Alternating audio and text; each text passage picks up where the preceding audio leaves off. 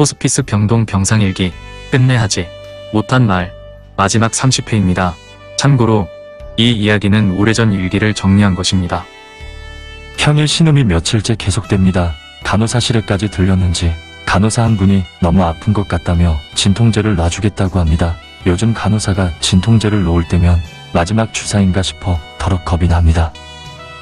진통제는 수액에도 늘 들어있습니다. 벌써 100mg의 진통제가 포함되어 그 농도가 점점 더해지는데 별도로 진통제를 주사한다니 이전과는 달리 막바지 같은 느낌을 지울 수가 없습니다. 이곳에서 경험한 바로는 수액 이외에 별도 진통제를 맞기 시작하면 끝이 없고 결국 환자가 오래 버티지 못하는 것을 보았습니다. 이제는 형의 신음을 들으면 견딜 수 있는 통증인지 견딜 수 없는 통증인지 어느 정도 감이 잡힙니다. 신음하는 형이 나무 토막처럼 말라있어서 형을 주물러 주지도 못합니다. 아침이 되자 신부님이 오셨습니다. 신부님이 기도하시고 나니 계속되던 형의 신음이 그칩니다. 또한 고른 호흡을 하며 평화스럽게 숙면을 취하기 시작합니다. 부활절 때 수녀님이 형의 머리맡에 걸어주었던 부활 인형이 유독 형의 겉만 자꾸 부풀어져 갑니다. 어두운 조명 아래 보면 어미 닭 품 속에서 병아리 한두 마리씩 부화할 듯이 자신의 품을 부풀려가는 것처럼 보입니다. 형이 너무 악화되어 가니 주변 사람들의 예단이 시작됩니다. 나는 아니라며 부정하는데 그들은 이제 기정사실로 받아들입니다. 갑자기 왼쪽 다리가 심하게 부어오르고 왼쪽 흰 눈동자가 부어서 밖으로 나옵니다. 호흡은 자꾸 느려져서 마음을 조마조마하게 하고 열이 오르락내리락 합니다. 신음할 기력마저 없는 듯합니다. 불길한 생각이 엄습해 옵니다. 하느님, 이대로 형을 보내야 할까요? 항상 형을 보살폈던 간호사가 내게 다가옵니다. 간호사의 표정이 굳어 있습니다. 형을 임종실로 옮겨야겠어요. 나는 간호사의 말을 받아들이지 못한 채 아무 대꾸도 할 수 없습니다. 형에게 처음 6개월 시한부 생명의 말기암 선고를 내리던 의사의 말, 일반 병동에서 호스피스 병동으로 옮겨야 한다는 간호사의 말도 못 믿어왔으니까요. 형을 임종실로 옮기더라도 나 혼자 결정할 수가 없습니다. 어머니와 형수가 와야 하는 일이었습니다. 형은 이미 말문을 닫아버렸습니다. 점점 숨소리가 약해집니다. 임종실에서 하루를 보낸 형은 봄이 한창 물오른 4월 그날 조용히 눈을 감았습니다.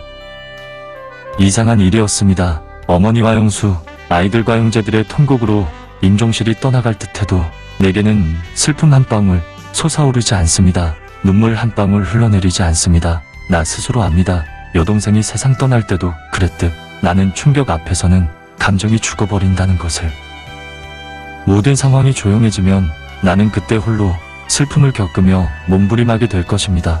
아주 오랜 세월 그리 될 것입니다. 암브로시오 수녀님이 염을 하였습니다. 턱과 머리를 붕대로 단단히 조입니다. 나는 거기까지만 봤습니다. 만유의 신부님과 병원 수녀님들 그리고 가족이 모여 장례미사를 치릅니다. 만유의 신부님의 미사 직전은 엄숙하고 경건하게 이를 데 없습니다. 병원 수녀님들이 모두 와주셨습니다. 내가 사제가 되면 좋겠다고 하였던 유리안나 할머니 수녀님이 그리 초대하신 모양입니다. 신부님의 분향 연기가 사방으로 뿌려집니다. 그동안 형이 뿌렸던 고통의 신음 하나하나가 형이 천국으로 가는 디딤돌이길 기도합니다. 형이 겪은 지극한 고통이 하늘나라에서 모두 형을 행복하게 하는 꽃으로 피어나길 기도합니다. 형, 그동안 너무 아파지? 살려주지 못해 미안해. 잘가 형. 나는 마음속으로 형과 작별 인사를 하였습니다. 형은 애초 내가 작정한 40일 기도 5일을 남겨둔 채 떠났습니다. 내 기도를 알았던 수녀님이 내가 채우지 못하는 5일은 당신이 기도로 채워주신다고 합니다. 지난 일기를 정리하자니 힘이 들었습니다. 노트에다 격하게 메모하였던 것이라 한 번은 정리하려고 마음먹었습니다. 이 병상일기를 태워버릴지라도 깨끗이 정리한 다음 태워야겠다고 생각하였습니다. 20년 전 이야기지만 어제 일처럼 생생하기만 합니다. 일기 정리를 마칠 즈음 잇몸이 심하게 부어오릅니다. 어찌된 일인지 얼굴조차 부었습니다. 잇몸 통증도 말할 수 없지만 지난날 형은 이보다 수만 배는 더 아팠을 것입니다. 올해 사순시기는 고통에 대한 묵상이 내내 이어질 듯합니다.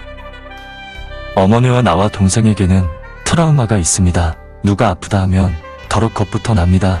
자신에게도 마찬가지입니다. 어디가 아프면 굳은 생각부터 합니다. 이 나이 되도록 나는 아직 건강검진을 한 번도 받지 못했습니다. 무언가 큰일이 있을까 두렵기 때문입니다. 잇몸 통증이 심해 한 사흘 고생을 하였습니다. 얼굴조차 부어올랐으니까요. 형의 일기 마지막 회를 정리하니 통증이 다소 가라앉습니다. 오랜 세월 내 안에서 잠재되어 있던 고통과 통증이 이제는 모두 사라지길 소망합니다. 오랫동안 성당을 떠나 있었습니다. 이번 사순 2주일째 성사를 본 후 교족을 회복하려고 합니다. 통증의 기억에서 벗어나 풀기로 가득 찬 삶이 이어지길 소망합니다. 종종 악몽으로 시달리는 일도 없었으면 합니다. 4월이면 형의 기일이 돌아옵니다. 끝내 나는 형에게 뇌종양 말기암이라는 사실을 알리지 못하였습니다. 호스피스 병동 병상일기 끝내 하지 못한 말 30회로 마지막 회였습니다. 고맙습니다.